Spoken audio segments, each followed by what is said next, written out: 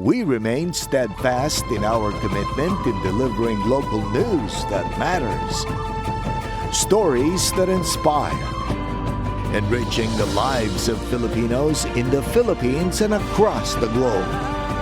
This is your GMA Regional TV. Buong puso para sa Pilipino. Narito na ang mga pinakamalalaking balita ngayong Lunes. Mahigit 4,000 traditional jeepney operator sa Calabarzon na hindi nagpa-consolidate, inisyuhan ng show cause order ng LTFRB 4A. 30 pesos na kada kilo ng bigas. Posible nga ba? Rehabilitasyon ng kalsada sa Barangay Banaba South sa Batangas City. 50% ng tapos ayon sa DPWH. Ang barangay may apela sa ahensya. Hanggat maaari po ay magawa po ng paraan po na matapos po agad po. Luzon Grid muling isinailalim sa yellow alert ngayong araw. At big time rollback sa gasolina nakatakdang ipatupad bukas. Kung magkanong ibinaba, alami.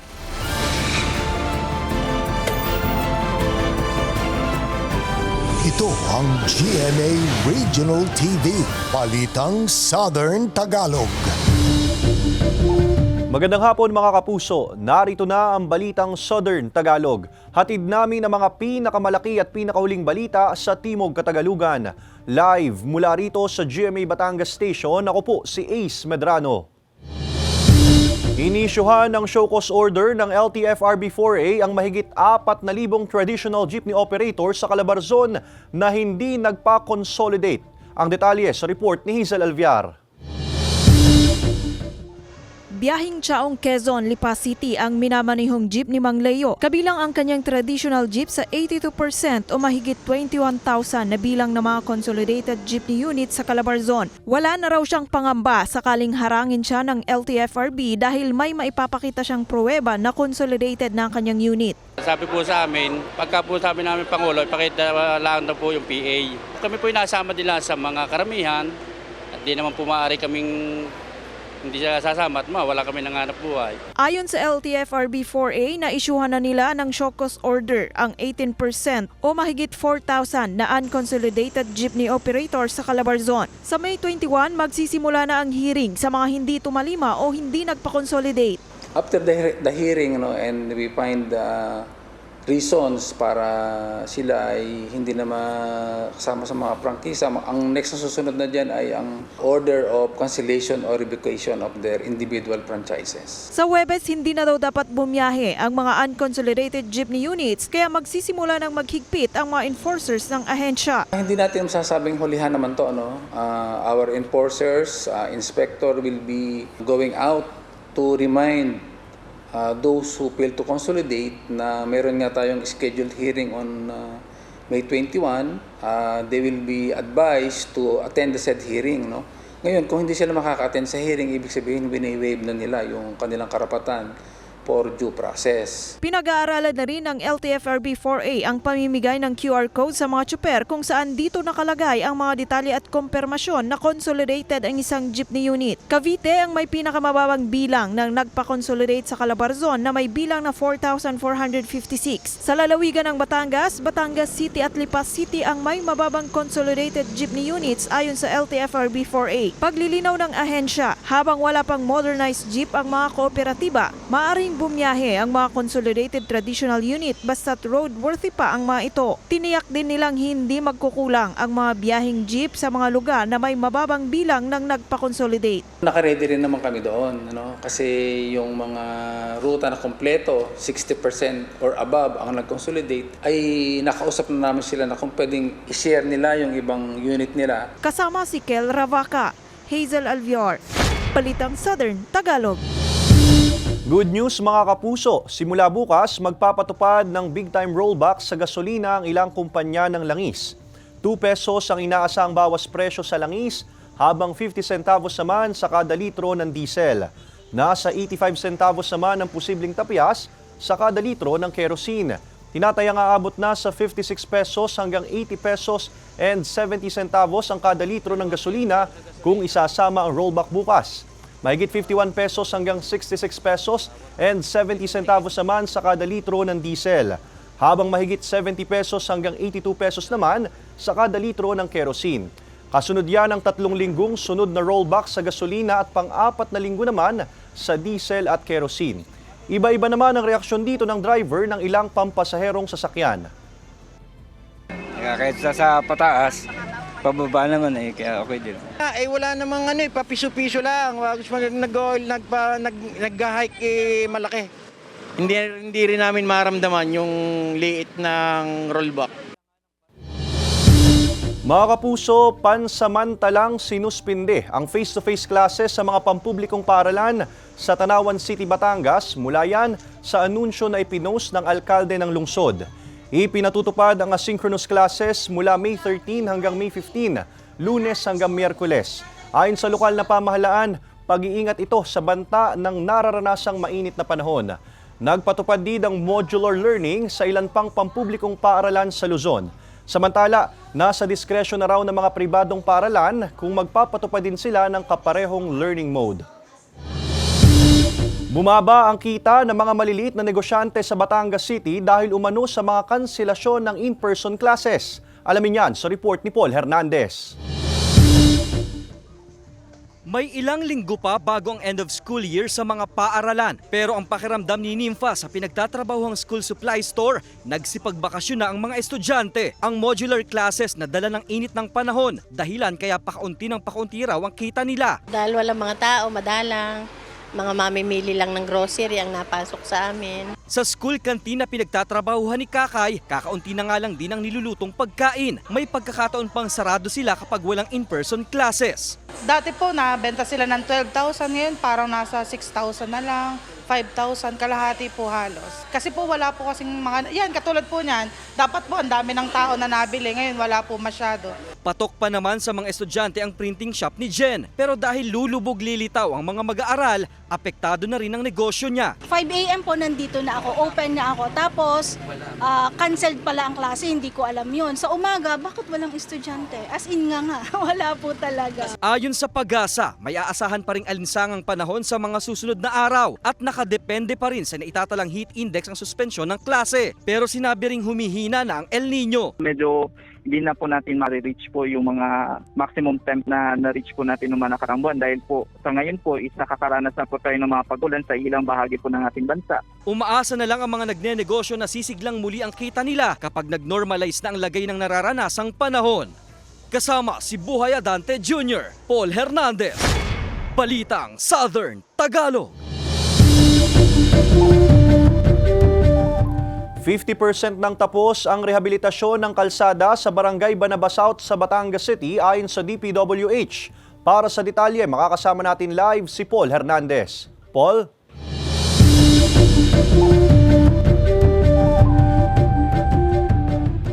Ace, ang iniaapela nga ng barangay ay tapusin itong proyekto sa lalong madaling panahon bago pa man daw abutin ng pagsisimula ng tag-ulan.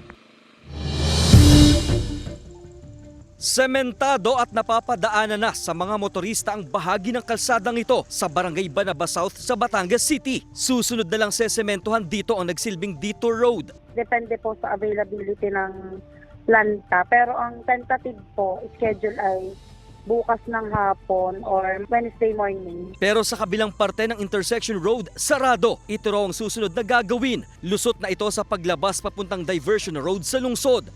Kung susumahin, ayon sa Department of Public Works and Highways o DPWH Batangas 2nd District Engineering Office, 50% ng tapos ang proyekto. Sa mensaheng ipinadala ng DPWH, sa July pa ang completion nito. Kausap po kayo na yung isang engineer. Ang sabi po sa akin ay possible daw po within this month ay sisimula na rin nga daw po. Ang apela ng barangay, huwag nang paabuti ng ganito katagal. Humihiling sila ng madaliin ang proyekto. Lahat po ng mga tao po yun, nahihiling po sa akin hanggat maaari po yung magawa po ng paraan po na matapos po agad po. Huwag na rin daw sanang paabutin pa ng malalakas sa pag-ulan ng proyekto sa lugar.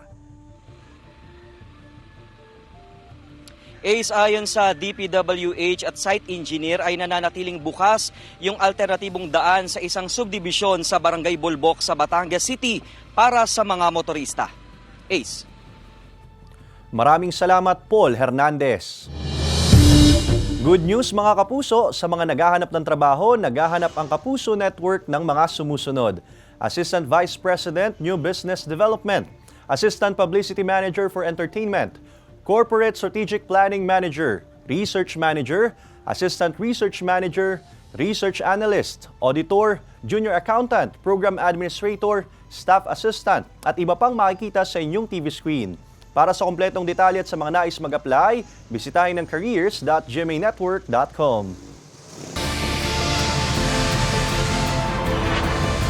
Ito ang GMA Regional TV, Balitang Southern Tagalog.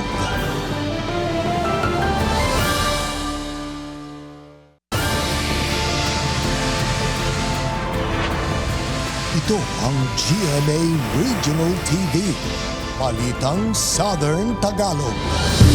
Asahan ng above normal na dami ng ulan sa pagpasok ng La Nina sa darating na Hunyo ayon sa Pag-asa. Samantala ang Batangas CDRRMO tiniyak ang kahandaan sa pagpasok ng tag-ulan. Alamin yan sa report ni Paul Hernandez. Sa gitna ng idinaraing na init, babala ngayon ng State Weather Bureau na Pag-asa. Paghandaan na rin ang susunod na pagbagsak ng ulan dala ng La Nina phenomenon. Hindi pa raw masasabi ang kaibahan ng La Nina ngayong taon sa mga nagdaang taon kung saan inaasahan itong mararamdaman pagsapit ng Hunyo. Ang sigurado, above normal ang ibubuhos nitong ulan. For example po, sa Metro Manila, meron po tayong 100 mm na normal rainfall. Ngayon, pag sinabi tayong above normal, higit pa po dun sa 100 mm na ulan na maaari pong maranasan ng... Nakikita ng Pag-asa ang 60% pag-iral nito sa bansa. Sinisimula na ang paglilinis sa mga estero at kanal sa Batangas City na bahagi ng Prevention and Mitigation Program ng City Disaster Risk Reduction Management Office o CDRRMO. Inaayos ng ating DPWH, nagpalit tayo, nag-improve ng drainage system ang DPWH natin, and of course, naka-align na din naman yun dun sa Drainage Master Plan. Sa Barangay Santa Rita Carsada kung saan nakatira si Aling Virginia, ilang beses nang nakaranas ng pagbaha. Bilang proteksyon, pinataasan nila ang pader sa labas ng bahay para hindi dumiretso pababa sa bahay nila ang baha. Aba, perwisyo naman mga cabinet namin sila mga nasira. Ay, hindi na. Kung wagasan na itilabsik na lang, mga nadala sa sakyan. Hindi bababa sa 20 barangay sa lungsod ang nasa listahan ng flood-prone area. Bukod pa ang poblasyon na nagiging catch basin sa lungsod. Diyan din lumalabas yung mga tubig na nanggagaling naman dito sa upstream barangay natin, yung Hilltop, pababa ng Calicanto, pababa ng Santa Clara. So yan yung mga areas na yan. Hinihiling ng mga otoridad ang partisipasyon ng mga residente at komunidad sa pagpapanatili ng kalinisan sa kanya-kanyang lugar. Kasama si Buhay Adante Jr., Paul Hernandez, Balitang Southern Tagalog. Arestado ang dalawang itinuturing na high-value individual sa isinagawang joint buy-bust operation ng Provincial Drug Enforcement Unit at Binyan Component City Police sa Barangay Tubigan, Binyan City, Laguna, 1:30 na madaling araw nitong linggo. Agad inaresto ang mga sospek na sina alias Jan at Crisel matapos magbenta ng iligal na droga sa isang operatiba na nagpanggap na poster buyer. Nakumpiska sa mga sospek ang 4 na plastic sachet ng hinihinalang shabu na may timbang na 60 grams at nagkakahalaga ng humigit kumulang 414,000 pesos, isang cellphone at ginamit na marked money. Nasa kustudiya rin ng pulisya ang ginamit na SUV ng mga sospek. Naharap sa kasong paglabag sa RA 9165 o Comprehensive Dangerous Drugs Act of 2002 ang mga nahuling sospek. Isinailalim sa yellow alert ang Luzon Grid ngayong araw, May 13. Ayon sa National Grid Corporation of the Philippines o NGCP, nasa yellow alert ang Luzon Grid kaninang 1:00 hanggang 5:00 ng hapon at mamayang 6:00 hanggang 8:00 ng gabi. Ang yellow alert ay bunsod pa rin ng pagnipis ng supply ng kuryente. Abiso ng mga otoridad sa publiko ang pagtitipid sa pagkonsumo sa kuryente.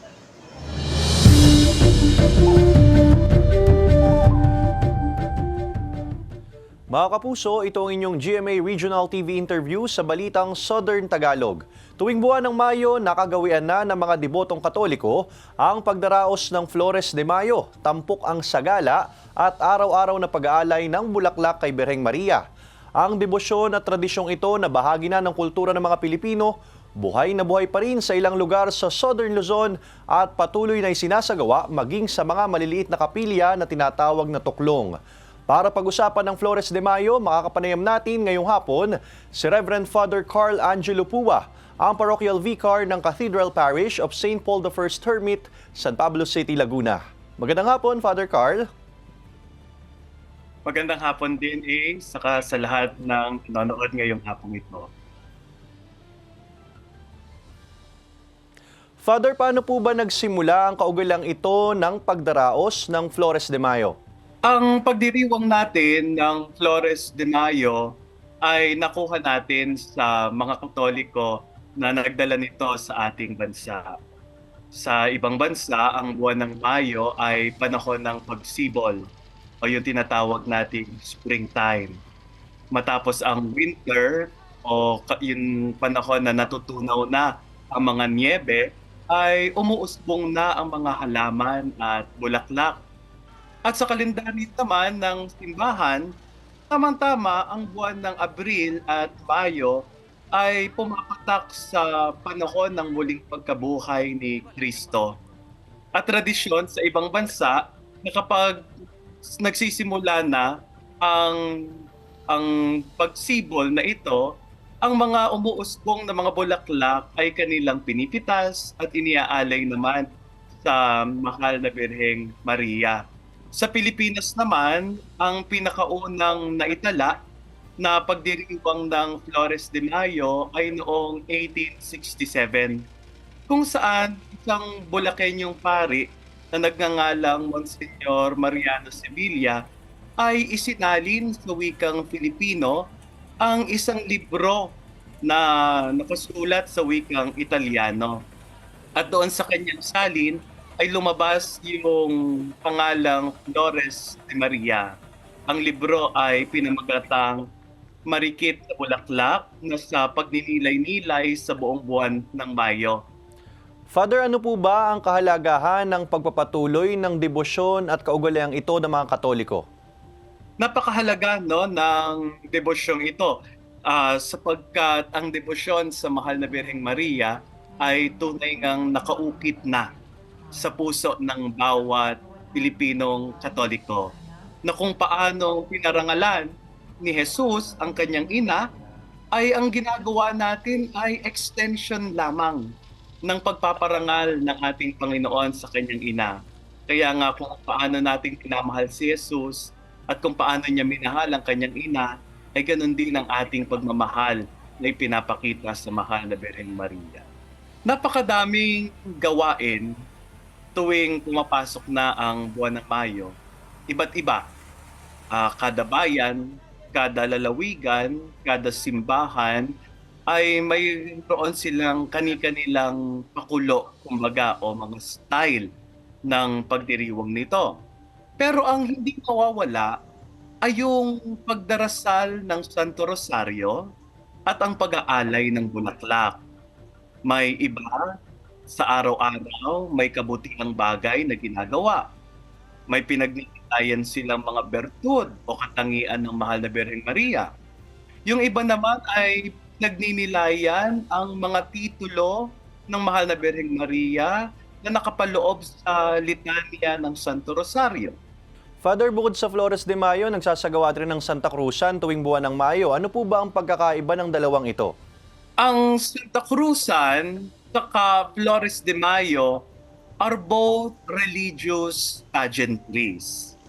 Pero magkaiba ang kanilang highlight, kumbaga. Pag sinabi nating Flores de Maria, ang highlight nito ay ang mahal na Birheng Maria, na kinokoronahan naman natin ng mga bulaklak bilang reyna ng Flores, reyna ng mga bulaklak. At kung para sa Santa Cruzan na naroon ang mga sagal at iba't ibang mga reyna, kalimitan sa Flores de Maria, ang highlight naman ay yung mga titulo ng mahal na Birhen o kaya yung mga bertud na kanyang ipinakita tulad ng pananampalataya. Panghuli na po, Father, ang inyo pong mensahe sa mga deboto na nakikisa sa taunang Flores de Mayo. Yes. Maganda ang debosyon ng Flores de Mayo, pero huwag nawang mawawala sa ating paningin ang tunay na diwa nito.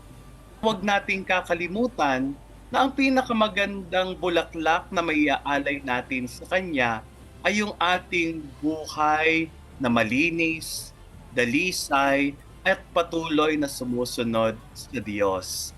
Maraming salamat po, Reverend Father Carl Angelo Pua, ang Parochial Vicar ng Cathedral Parish of St. Paul I Hermit sa San Pablo City, Laguna.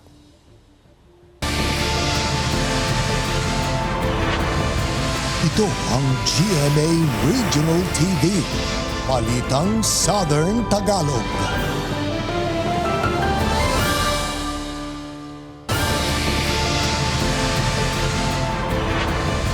Ito ang GMA Regional TV, Balitang Southern Tagalog.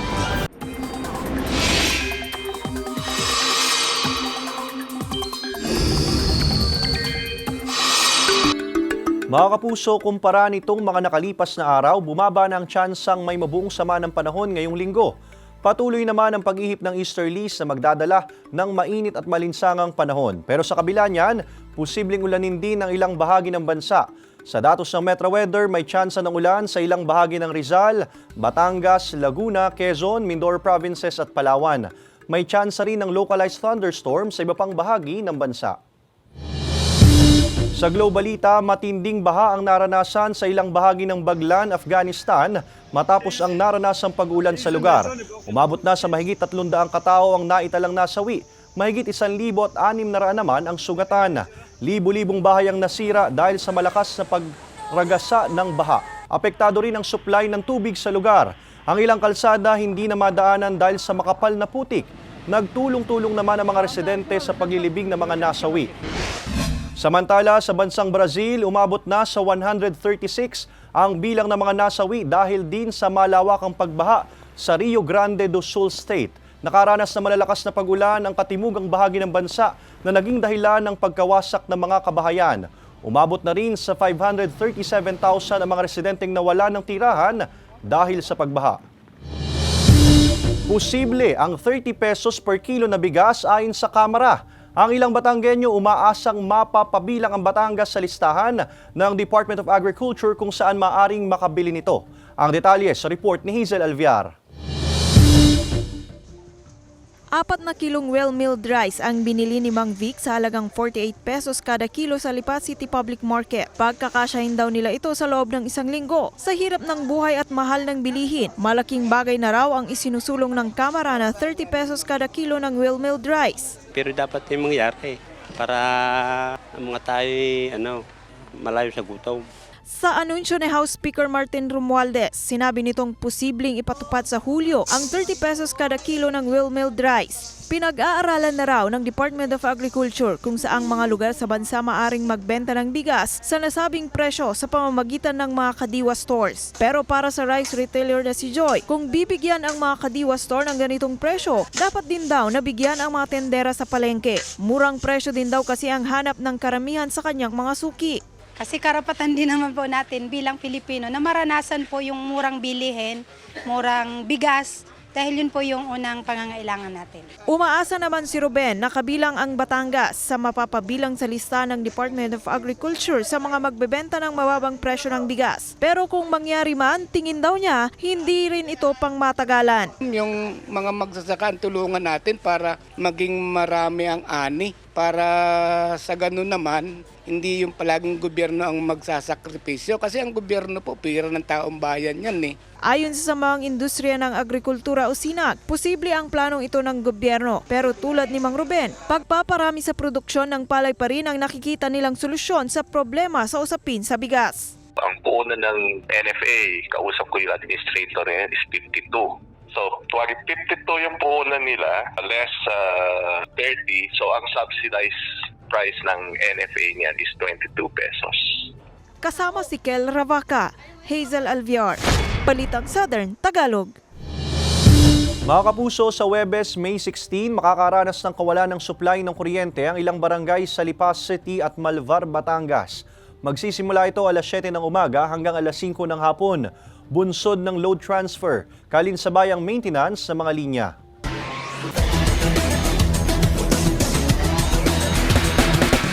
Nagwagi ang LPU Lady Pirates laban sa Arellano Lady Chiefs sa first stage ng Step Ladder Semifinals sa Women's Division ng NCAA Season 99 Volleyball Tournament nitong Sabado. Makakaharap ng Lady Pirates ang Letran Lady Knights ngayong Miyerkules at ang mananalo ang siyang lalaban sa undefeated Benilde Lady Blazers ngayong darating na linggo, May 19, para sa Best of 3 Finals. Sa men's division naman, bigong makapasok sa Best of 3 Finals ang Arellano Chiefs matapos matalo laban sa Letran Knights. Ang Letran Knights at ang EAC Generals ang maghaharap ngayong Miyerkules at ang mananalong team ay ang makakaharap ng undefeated Perpetual Altas ngayong linggo para sa Best of 3 Finals. Ibinahagi ni Kapuso Global Fashion Icon Heart Evangelista ang kanyang recent heartbreak kasabay ng Mother's Day kahapon. Sa isang handwritten letter na ipinost sa Instagram, ibinahagi ng Kapuso actress ang pagkawala ng anak nilang si Francisco. Kwento ni Heart, tumigil ang heartbeat ng kanilang baby. Ilang araw lang ang nakalipas. Ito na ang ika-4 na ini-expect nilang baby na nawala sa kanila mula noong 2018. Kahit broken-hearted, buong puso pa rin niyang pinasalamatan si Francisco na nagbigay sa kanya ng pag-asa at pagmamahal. Binati rin ni Heart ng Happy Mother's Day ang mga ina, fur moms, mothers to friends at mga tulad niyang kapareho ng pinagdadaanan. Pinili ng ilang residente sa Batangas City na magdiwang ng Mother's Day sa sementeryo, kapiling ang kanilang yumaong ina. Samantala, naghatid ang isang jeepney driver sa Buwan, Batangas ng libreng sakay at namahagi ng tubig sa selebrasyon ng Mother's Day. Narito ang report ni Denise Abante.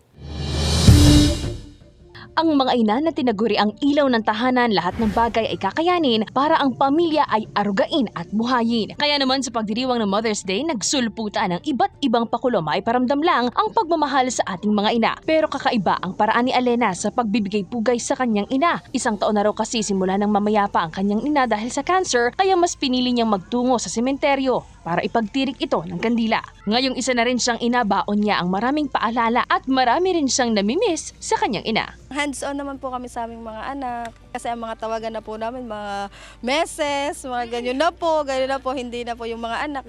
Di mga ganyan po, meses. Parang, dahil super po talaga yung bonding namin ng family namin.